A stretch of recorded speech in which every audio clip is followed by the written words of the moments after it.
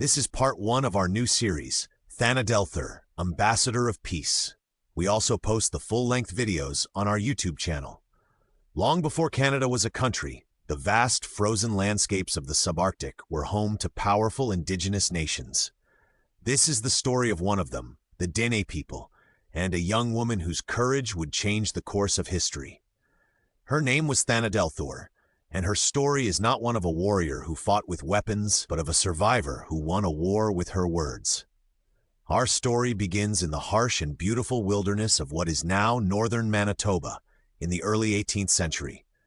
For generations, the Dene people had lived a life dictated by the seasons, following the great caribou herds. But their world was not a peaceful one. They were locked in a bitter, generations-long conflict with their powerful southern neighbors, the Cree. The Cree, having made contact with the European traders of the Hudson's Bay Company, had a crucial advantage. They had guns. The Dene did not. This imbalance of power turned their rivalry into a brutal reality of raids and warfare. The Cree would push north into Dene territory to hunt and to capture people who were then sold into slavery at the European trading posts. In the winter of 1713, this violence crashed down on Thanadelthur's community.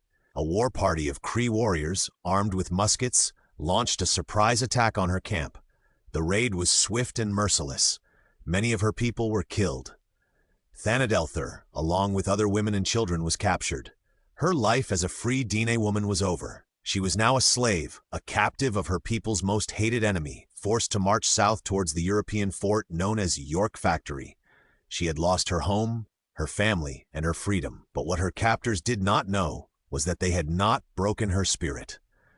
They had just ignited a fire of resilience that would change the future of the entire region.